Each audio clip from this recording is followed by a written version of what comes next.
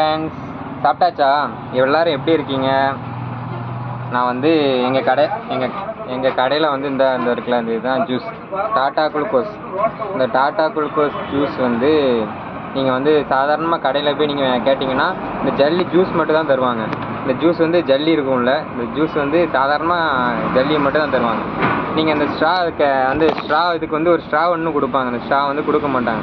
ஏன்னா இதை வந்து நீங்கள் சாதாரண ஓப்பன் பண்ணி குடிச்சிங்கன்னா டேஸ்ட் இருக்காது. அதுவே இதை நீங்கள் வந்து ஸ்ட்ரா போட்டு நீங்கள் குடிச்சு பாருங்கள், அது வேறு லெவலில் இருக்கும். இப்போ வந்து இதை வந்து எப்படி குடிக்கிறதுன்னு நம்ம மாஸ்டர் டெமோ காமிப்பார். மாஸ்டர் சொல்லுங்கண்ணே. மாஸ்டர்